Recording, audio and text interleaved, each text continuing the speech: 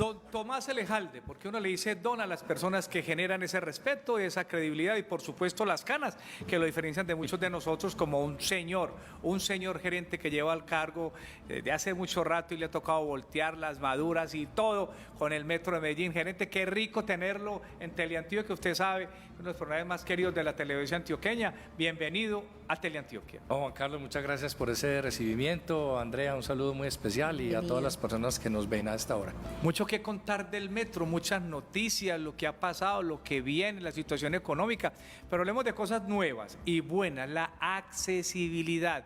¿Cómo se está programando? ¿Cómo están construyendo eso que muchos de ustedes, amables clientes, han puesto la queja? Mire, es que tenemos una tía que da una silla de ruedas y no puede subir, un señor que es cojo que no le activan esto. ¿Cómo corresponderle a esas personas que lamentablemente, usted lo sabe, en una ciudad donde hay tanto accidente de tránsito, pues van dejando una cantidad de lesionados que el método y la modalidad de transporte sin duda es el metro? ¿Qué contarles como una noticia nueva? Claro, una buena noticia es que ahora, después de la reactivación que ha habido luego de 2 años de pandemia con bajos ingresos, con poca movilidad de las personas en la red de transporte, tenemos posibilidad económica de retomar parcialmente un proyecto suspendido en el año 2019-2020, que es el proyecto de accesibilidad. Un proyecto que nos permite construir rampas, ascensores y accesos más cómodos para las personas que tienen necesidades especiales en su movilidad, como usted lo menciona, Juan Carlos, ya sea de forma temporal o permanente, algo que nos ha pedido muchísimo la gente, sobre todo en la línea A y la línea B, que son líneas diseñadas hace 30 años y que no tienen, desde el principio no tuvieron esa previsión, esa función de tener, obviamente, accesibilidad fácil. Vamos a hacer una intervención de 61.000 millones de pesos, Andrea y Juan Carlos, un dinero que podemos disponer ahora después de tener unos buenos ingresos el año 2023 por las reactivaciones posterior a pandemia, como dije ahora, y con estos 61.000 millones de pesos que ya están contratados, vamos a intervenir 10 estaciones. No sé si las puedo mencionar. Pero por supuesto, gerente, denos la buena noticia, 10 estaciones. Mira, en el norte vamos a intervenir Bello y Madera, con adecuaciones de las taquillas, sobre todo en Bello. La taquilla está en la parte central y la vamos a mover a las partes laterales para dar un acceso más cómodo. En Madera vamos a construir ascensores internos y externos. Qué bien. Luego hacia el centro hablemos de Hospital. En Hospital vamos a trabajar también en una nueva infraestructura para ascensores, pasándonos ya un poco más hacia el sur, a partir de Industriales, Aguacatala, Yurá, Envigado, Itagüí, Sabanita y La Estrella, casi que en línea todas las estaciones, excepción de Poblado, que ya le intervinimos hace poco. Vamos a construir también ascensores internos y externos y algunos puentes de conectividad. Qué bien, que tenga la posibilidad de que las personas tengan acceso sin necesidad de escala, sino que sea como me imagino. Con un ascensor de buenas proporciones, de buena calidad, no los elevadores que implementamos hace alrededor de unos 15 años que tienen muchas limitaciones, sí, claro, porque son una infraestructura más liviana, unos elevadores que eran para un uso poco pesado y que ya están dados de baja, ya los tenemos que desmontar. Gerente, ¿para cuándo se calcula que estén listas estas obras? Es un trabajo largo, vamos a trabajar unos 22, 23 meses en este tema, ya estamos puliendo los diseños, estamos, como les dije, ya con los contratistas dispuestos, trabajando en este tema, y en total para las 10 estaciones nos demoraremos alrededor de unos 22, 23 meses interviniéndolas. Bueno, ¿eso no implica, Juan, ningún tipo de cambio en la operación? No, en la operación no, pero posiblemente los accesos de las estaciones tendremos que hacer cierres temporales o por lo menos cerramientos para permitir el acceso de las personas con fluidez.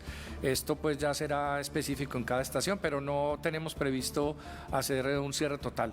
O sea, en esas 10 estaciones se construye a la par que la estación estará en funcionamiento. Sí, señor, claro. Bueno, gerente, un tema que nos toca hablar, que hay que comentarlo, es la queja constante de la comunidad que dice, bendito sean Dios, las horas pico con el metro, Andrea, son impresionantes. O sea, ¿qué está pasando? ¿O faltan trenes? ¿O falta frecuencia? ¿O hay que ampliarlos?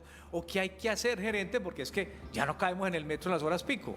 Sí, Juan Carlos, faltan trenes desde el año 2019. Ajá. De nuevo volvemos a la misma explicación. En el año 2020, en marzo, después de que en la primera junta del año 2020 habíamos retomado el proyecto de compra de trenes, en marzo todo se frenó por pandemia. Sí. Y obviamente la compra de trenes sufrió un retraso. Hoy estamos ya hablando en la Junta Directiva de nuevo sobre la compra de trenes, 13 trenes para la línea A específicamente. ¿Cuánto vale un tren? Un tren cuesta un poco más de 20 mil millones de pesos, Juan Carlos. Es un proceso costoso, es un tema supremamente complejo de manejar. Yo creo que está incluso un poco más alto porque tenemos que mirar el cambio del dólar y del euro. El tema es que no solamente el costo, sino que los trenes se hacen a la medida para cada red de transporte. Uno no puede ir como un concesionario y a comprar un carro, no. El tren hay que pedirlo, diseñarlo, construirlo. Entonces estamos hablando de que nos demoramos mínimo 2 años, 2 años y medio para poder tener el tren acá. Entonces es el momento justo para empezar el proyecto. Ya estamos trabajando en ello. Reto grande acá, la financiación, Andrea, porque como dije ahorita, la pandemia nos pasó factura. Tenemos todavía un roto en las finanzas del metro, un roto menor a lo que teníamos porque hemos logrado gestionar porque ese unos roto, dineros. como usted dice, era grande. Sí, era un roto de 790 mil millones de pesos, un poco menos, y hoy ese desfase está en 313 mil millones de pesos. Hemos trabajado mucho en cerrarlo y el último cierre lo vamos a lograr, ojalá. Yo estoy positivo, es un tema complejo, pero lo vamos a hacer a través de una cofinanciación. El Plan Nacional de Desarrollo tiene unos artículos que permiten cofinanciar flotas limpias. Cuando las flotas son eléctricas, ya sea de buses o de trenes, se puede optar vía ley por una cofinanciación del Gobierno Nacional. Y eso lo vamos a hacer. Vamos a trabajar con los gobiernos regionales, gobernación y con alcaldía para que en los planes de desarrollo quede esta compra de trenes y para que podamos ir conjuntamente a hacer un proceso de cofinanciación con el gobierno nacional para poder tener esos 13 trenes alrededor del año 2028 y poder reforzar este tema. Es que mire unos datos interesantes. Imagínense que en las horas pico de la tarde, entre las 4:30 y las 5:30 de la tarde, o entre las 5 y las 6 de la tarde, se mueven simultáneamente en esa hora 93.269 personas en la red del metro. O sea, eso es un poco más de 2 veces el estadio Atanasio Girardot lleno en una sola hora en toda la red de transporte. También tenemos que, mientras llegan los trenes y de pronto después también trabajar en el escalonamiento de horarios, algo que yo he mencionado mucho. Pero es un tema empresarial, es un tema que pero no eso le, es importante. Exacto. Pero venga, gerente, es que usted me deja preocupado. Andrea, imagínese, 93.000 en una hora. Más o menos, ¿cuánta gente está moviendo el metro hoy? Porque es una cifra goleadora, que eso no lo tiene nadie en Colombia. Estamos alrededor de 1.100.000 pasajeros al día. Son 313 millones de pasajeros al año. Es una cifra sorprendente, es impensable la región, es impensable Medellín sin el metro, porque ¿cómo se moverían si no fuera el metro 313.000 personas en el Valle de Aburrá? Mover esas personas en el Valle de Aburrá sin metro significa unas externalidades que cuestan al año 4.7 billones de pesos en accidentalidad, en tiempo mayor en los desplazamientos, costo de desplazamientos, en carbono, producción de CO2, en gasto de combustibles fósiles. Todo eso sería lo que se impactaría si no tuviéramos metro y esas 313 millones de personas al año se movieran en vehículos particulares. Pero yo la pongo más fácil. Ya lo hemos dicho acá, metro dependiente. Exacto. Siempre he hecho la frase aquí, cuando algo pasa en el metro, decía, Dios mío, ¿qué pasa? Y se colapsa la ciudad. Es que estamos hablando, yo vuelvo a la cifra, 1.100.000 personas diarias. Esta cifra, gerente, se ha incrementado año a año. Se ofrece una proyección de cuánto fue en el 2022 y cuánto esperan mover en el 2023, 2024. Se incrementa alrededor de un 2% año por año. Sí. Ese incremento lo llamamos los técnicos un incremento vegetativo, o sea, así como crecen naturalmente las cosas, 2%. Pero tuvimos un bajón grande en el año 20 y 21. A una tercera parte de esa cifra al día, 300.000 pasajeros teníamos al día en el año 2020 y eso generó ese hueco financiero que ya mencionamos. Que ya se va cerrando, ya se va cerrando, ya tenemos el año 2023 un año normal en donde tuvimos ingresos normales, por eso volvemos a retomar estos proyectos tan costosos como el de la accesibilidad. Todavía no tenemos lleno el hueco, pero yo espero que con este proceso de cofinanciación de la flota logremos ya cerrar esa brecha. Gerente, y hay un asunto que cuando usted viene siempre es necesario abordar y del que siempre hablamos porque nos preocupa cuando hay incidentes que denotan que de pronto no está tan centrado o muchos están olvidando eso con lo que crecimos varias generaciones y es la cultura metro, que para muchos es como un decálogo de respeto que pues todos acatamos, pero lamentablemente en muy pocos casos, pero que empañan y que se ven grandísimos esos lunares.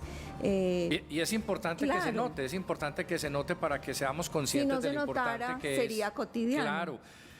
En la pandemia paramos mucho de las actividades que deben ser permanentes con la comunidad, por razones naturales pues de el aislamiento que teníamos en pandemia. Ya desde hace más de un año y medio hemos retomado estas actividades de programas en los barrios, programas en las escuelas, colegios, programas específicos de promoción de lo que llamamos nosotros los hábitos prosociales, o sea, que nos comportemos bien en sociedad y que podamos tener un acercamiento adecuado al uso de los sistemas de transporte. Esto ha ayudado mucho, ahora tenemos unas estrategias ya activas hace tiempo, otra vez los guías educativos en las estaciones, entonces estamos recuperando, digamos, esa parte importante de lo que llamo el triángulo de la cultura, que es la pedagogía, la información en uno de los vértices, el control en otro de los vértices y la sanción en el otro de los vértices. Claro. Si no existen esos tres vértices en el triángulo, no se da la cultura. La cultura parte de esos tres elementos: formación o pedagogía, control y sanción de ser necesario. Y en eso estamos trabajando permanentemente, en eso no se puede parar. Son 35 años de trabajo ininterrumpido en eso y no se va a parar. Y que la sanción debe ser una sanción moral más que una sanción pecuniaria. Ojalá. O sea, sí. En esto hemos aprendido en Medellín, cuando la gente ve que alguien está rayando el vagón, dice, señor, por favor, cuando alguien está haciendo algo indebido, señor, por favor. Y es eso lo que ha hecho la cultura metro. Gerente, hay que aprovecharlo, porque usted es escasito por estos lugares, no viene y no cada mes. Mentira, al contrario, hay que venir más. Una invitación que le hacemos porque hay que conversar y lo estamos matriculando como columnista para que cuente cosas, que siempre hay cosas buenas que contar, el punto móvil, bueno, muchas cosas, pero mire, tema importante, el metro del 80. A usted le toca un pedazo de esa historia, ¿en qué va? Nos toca mucho anterior, de la historia. Claro, sí. Por supuesto, la administración anterior nos dijo aquí los secretarios que estaba listo, que no, que la plata está, pero estamos en febrero. Hoy, ¿cuál es la radiografía del metro del 80? Tenemos una noticia reciente, sí, y señor. Es que se expidió un decreto de hierros recientemente, pues hace pocos días, sí, que nos da mediana tranquilidad sobre los recursos del metro del 80, que era lo que sostenía como en gran expectativa. Allí aparece de nuevo el metro del 80 en una línea específica con los dineros del año 2024, que son específicamente 483.000 millones de pesos que necesitamos para avanzar en la primera fase de las obras. Andrea y Juan Carlos y televidentes, que son las intervenciones del movimiento de redes de servicios públicos entre Caribe y Floresta. Ya tenemos los diseños aprobados por empresas públicas para el movimiento de redes en ese tramo. Ahí es donde este primer trimestre debemos empezar las obras, con eso es que empiezan las obras. De hecho, ya Empresas Públicas de Medellín empezó las obras internamente en la subestación, ya llegó el transformador y la subestación de energía se está interviniendo en la subestación Colombia. Nosotros seguimos concentrando los esfuerzos en la compra de los predios del sitio donde va a ser el taller y donde va a ser la estación San Germán, allí en la zona de Colpizos, que es una estación que va a ser soterrada. Ese es el primer tramo que se va a intervenir con redes y pues estos dineros son importantes para poder dar los anticipos y poder avanzar en ese proceso. Estamos haciendo la gestión para acceder a esos recursos del Gobierno Nacional. Y solo cuando los tengamos pues tendremos total tranquilidad, pero por lo menos en el decreto ya aparece la partida nuevamente del metro del 80, lo que es muy importante, muy positivo. Claro. Ese es uno de los grandes retos que tiene el proyecto, el tema financiero, usted lo menciona. También desde hace un año vengo yo advirtiendo sobre los efectos macroeconómicos que tiene pues el hecho de que la inflación, el dólar, el euro se hayan movido, las tasas también de los costos financieros se hayan movido tanto, porque se hicieron cálculos con el 2,5-3% y superamos el 13% de tasas de inflación, y eso genera obviamente unos datos muy distintos en el modelo financiero. También ese es otro de los retos que estamos trabajando en él. Pero podemos decir que el metro del 80 va, pero lento. El metro del 80 va no lento, el metro no se ha ralentizado, digámoslo así, no se ha vuelto más lento porque por el momento las obras van avanzando al ritmo que Esa son. es la importancia. Al ritmo que son. Si llegase eventualmente a tener algún problema de dinero, ahí sí tendríamos eventualmente Hasta ahora una no lo ha parálisis. habido. Y hasta ahora no ha pasado eso. Perfecto. Ahora, por el momento tenemos flujo, tenemos contratistas trabajando, tenemos todo el proceso de diseño en Maravilloso. marcha, ya se hizo toda la topografía, se hizo todo el estudio de suelos alrededor de todo el recorrido del 80 y tenemos retos. Ese reto financiero es uno, el otro reto es el tema de la gestión predial, Es muy que duro ya el ese. alcalde Federico lo ha dicho, ahí hay un atraso, tenemos un atraso importante, algunos pudieran calcularlo en un año, entre 8 meses o un año. Pero eso no le toca a usted. Pero no, a ver, eso definitivamente aclaremos sí eso. nos toca a nosotros porque nosotros somos el contratista de la empresa de desarrollo urbano. sí. Eso sí nos toca a nosotros tenemos que poner la cara también por esa situación y estamos trabajando con la nueva administración, muy en llave, mirando cómo superamos esos retos.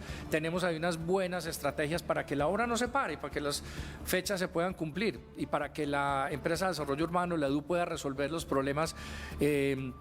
Luz Ángela, la gerente, viene con un ímpetu increíble, con ganas de solucionar esos problemas y nosotros tenemos que ayudar en eso y yo creo que nos va a ir bien. Gerente, entonces con ese decreto de hierros que expidió el gobierno nacional, ¿ya hay tranquilidad? ¿Ya queda ese problema? Digamos, sobre el papel, Sí. sobre el papel está solucionado el problema. Falta hacer la gestión que la hacemos en este mes. O sea, estamos haciendo ya la radicación de la solicitud de los recursos y todo ese proceso toma alrededor de unos 3 meses. Nosotros esperamos tener para mitad de año esos recursos en las fiducias del proyecto. En ese momento tendremos la total tranquilidad. Por el momento en el papel están las condiciones dadas para continuar sin ningún problema. Y que eso no vaya a cambiar de parte del Esperemos gobierno que no, nacional. esperemos que no, porque yo en eso soy positivo. ¿Por qué? Porque es que el proyecto del Metro del 80 está, yo creo que en el corazón del Plan Nacional de Desarrollo del actual gobierno nacional. ¿Por qué? Porque es un proyecto férreo. Claro. Es un proyecto férreo que el gobierno nacional quiere promover. Es un proyecto que impacta a los estratos más necesitados de la población. Juan Carlos, el metro transporta el 91%, 92% de los viajeros que están en el metro de Medellín son de lo que se denomina estratos 1, 2 y 3. Esto pues está cambiando para otra denominación, pero los sectores más necesitados de la población son los que se mueven en el metro. Estratos 1, 2 y 3. Es un proyecto que descarboniza, que genera externalidades positivas. Entonces, con esas condiciones uno pensaría que el gobierno nacional pues continúa adelante con su promoción de este proyecto y con su apoyo a este proyecto. Entonces yo soy positivo en ese sentido. Seguimos con nuestro invitado que nos gusta mucho siempre recibir aquí en Consejo de Redacción, Tomás Elejalde, el gerente del Metro de Medellín. Gerente, ahorita hablábamos de esa complejidad que significa la etapa de la compra de predios. ¿Por qué está tan difícil ese proceso? ¿Qué tan demorado? Sí, lo que pasa allí es que confluyen dos normativas, dos reglamentaciones que deben empezar a conversar. En eso hay que trabajar mucho. Primero, por un lado, está algo que se denomina el anuncio de proyecto. El anuncio de proyecto es un mecanismo legal que protege al Estado, protege a la ciudad de que no se le encarezcan los proyectos, de que no haya especulación con los terrenos por los cuales va a pasar un proyecto vial o un proyecto lineal como es el Metro del 80. Y este mecanismo de anuncio de proyecto está funcionando en el Metro del 80. Ha permitido que legalmente se hagan unas correcciones de los costos de la tierra, no de las propiedades. De la tierra. De la correcto. tierra. Sí, señor. Porque la propiedad, si es una casa en perfectas condiciones y en buenas características constructivas, se paga lo que vale. Pero los terrenos, debido al anuncio de proyecto, tienen unas limitaciones y no puede ser, no puede crecer ese costo a partir del anuncio de proyecto. Eso por un lado. Y por el otro lado está lo que se denomina aquí en Medellín, y es una de las pocas ciudades en Colombia que lo tiene, es algo muy bueno, muy bonito, la política pública de protección a moradores. Estas dos normativas, digamos que nos tienen un poquito en ese proceso de revisar ¿cómo hacemos para que las personas queden satisfechas con lo que se les está pagando por sus propiedades? Básicamente eso es lo que estamos haciendo hoy con la administración municipal, buscando cómo dentro de la política pública de protección a moradores, cumpliendo con los preceptos legales del anuncio de proyecto se pueden hacer unas compensaciones que permita que las personas salgan con una satisfacción, si no absoluta, por lo menos mayor que la que tienen hoy. Y si no, la persona que no sale contenta, pues tiene la opción legal de hacer un proceso legal para determinar con unos Claro, peritos. siempre existirá ese está derecho. esa opción. Gerente, para terminar ese tema del metro del 80, hablemos de tiempos. O sea, es difícil el tema, pero hay que hablarlo.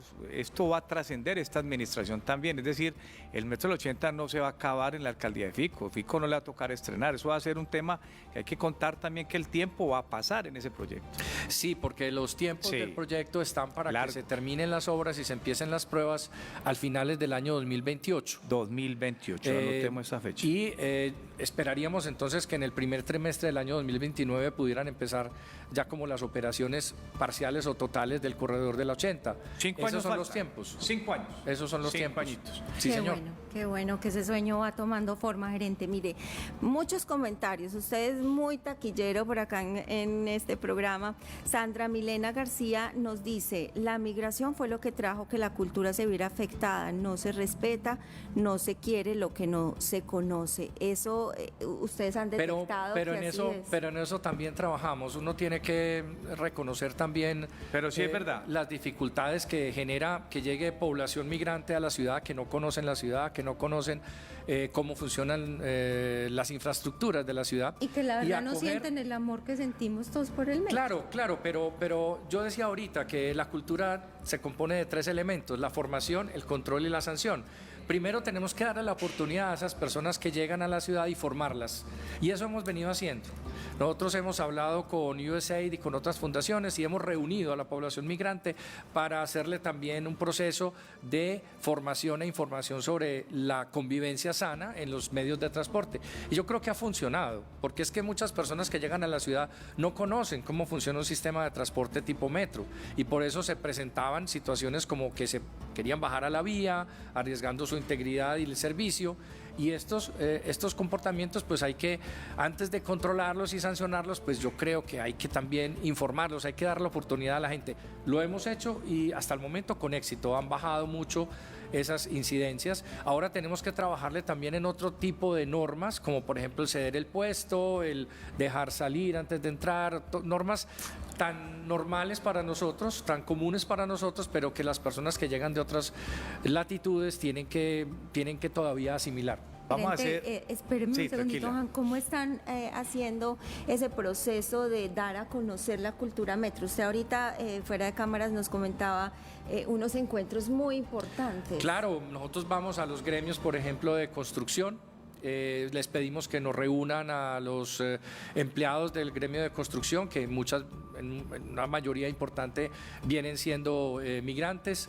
Vamos también a otros gremios a trabajar con qué ellos bien. y, como decía ahorita, USAID nos ha acompañado para hacer esas reuniones con población migrante y trasladarles esa información, esa pedagogía sobre los comportamientos prosociales que nosotros queremos que se vivan en la Pero ciudad. gerente, es contarles que esto es un metro y no un tren, de pronto es Así como esa es, sí, diferencia, claro, es decir, claro. un tren en alguna región de otro departamento, de otra ciudad, de otro país, usted se baja, no en la estación Así es. y camina al trabajo. Aquí Así hay que es. decirle, no, llegue a la estación y no se baje antes. Entonces, como tú dices, muchas veces la gente, pues digamos, Sí, no, sí. no lo hace de mala intención, sino porque conocen eso que tú acabas de describir y ahí hay que trabajar Claro, en la claro. formación, la información para poder luego controlar ese comportamiento y yo no puedo sancionar a alguien que de buena fe está actuando. Claro. No debería ser, ¿no? Oiga, gerente, ¿de qué vive el metro? O sea, el metro de Medellín tiene otros ingresos aparte de lo que uno paga en la tarifa. O sea,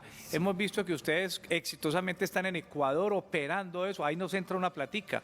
He Sí, escuchado que el metro asesora construcciones en los cables aéreos, ahí nos entra una platica. Que el metro tiene una tienda donde venden, mire, esta belleza que nos trajeron hoy, mire, este pin tan bonito que... El cachetón. Este cachetoncito que es el metro tiene otra Divino. platica ahí. O sea, ¿qué otros ingresos le entran al metro diferentes al tema de la operación? Y muy importante tener en cuenta que en cualquier parte del mundo los sistemas de transporte de calidad, tipo metro, tipo buses de tránsito rápido, como los que Sí. pasan acá al lado de Teleantioquia, esos sistemas de transporte de calidad no son sostenibles con la tarifa en ninguna parte del mundo. Si uno va a Londres, el 30% tiene que ser subsidiado, en Madrid, en Barcelona, hasta el 60%. Más, sí. Aquí en Medellín los buses se subsidian con el 30%. El metrocable y el tranvía no tienen subsidio. Entonces nosotros lo que tenemos afortunadamente es conocimiento, experiencia, que aprovechamos para tener ingresos adicionales con ese conocimiento, con esa experiencia. Nosotros, el 90% de los ingresos es vía tarifa, como tú decías, pero ese 10% y ojalá fuera un 15%, que esa es nuestra meta, viene de 3 negocios adicionales, unos negocios asociados al transporte. Vienen de asesorías y consultorías, como por ejemplo lo de Quito. Nosotros estamos operando el metro de Quito, una línea subterránea, con éxito, buen comportamiento de la ciudadanía, llevamos la cultura metro también allí y ha funcionado. El alcalde Pavel está satisfecho con nuestro trabajo. Hemos incluso atendido situaciones complejas en Quito, como lo que recientemente sucedió, claro, tema social. que lamentablemente hay que decirlo, aquí también ha pasado cosas similares y nosotros tenemos la experiencia y la capacidad de tener los procedimientos operativos y las coordinaciones con las autoridades para enfrentar ese tipo de situaciones. Nos fue bien en ese momento. También tenemos otro negocio que es el de ofrecer nuestro sistema de recaudo cívica a terceros, a privados. Más de 2.300 buses en el Valle de Aburrá y más de 39 empresas utilizan la tarjeta cívica para cobrar su pasaje. Para no tener manejo de efectivo, y eso para nosotros se convierte en un servicio, en una fuente de ingresos. Y el otro negocio que es muy importante, que tal vez es el más grande de todos, es la gestión inmobiliaria. Nosotros estamos fortalecidos con un equipo importante en gestión urbana, con personas de mucho conocimiento allí, tanto desde el punto de vista técnico, arquitectos, como desde el punto de vista legal. Y tenemos 40 proyectos de gestión urbana alrededor de las estaciones de metro, que deberían de empezar a detonar, o sea, empezar a operar durante este año. Por ejemplo, Peldar, donde era la fábrica de Peldar, nosotros hicimos un plan parcial, o sea, un diseño de intervención de la antigua fábrica de Peldar para hacer allí 5 manzanas con desarrollos de vivienda, comercio. Y esto se vendió, lo que tiene que ver se con vendió vivienda, de una. se vendió en un fin de semana. Sí, señor. También estamos haciendo lo propio en San Germán. También estamos haciendo algo similar en lo que era el antiguo lote, o es el lote, perdón, hoy, de la fábrica de licores, que con la gobernación tenemos que mirar allí si se piensa o no hacer un trabajo de desarrollo inmobiliario allí. Y así hay 40 proyectos que nos pueden generar ingresos para poder ser un poco más independientes de la tarifa y no tener que acudir a subsidios. Buenísimo. Básicamente, esa es como la ecuación financiera que nosotros queremos promover. Él es Tomás Elejalde Escobar, el gerente general de nuestro metro de Medellín. Gerente, qué alegría, como siempre, haberlo tenido en este consejo de redacción. ¿Le gustó el café? Es diferencial. Muy rico, tiene canela, tiene jengibre. Sí, no señor. sabía del jengibre, la canela se la había sentido, pero me sorprendió con el jengibre, me gustó mucho. Y eso que no es viernes.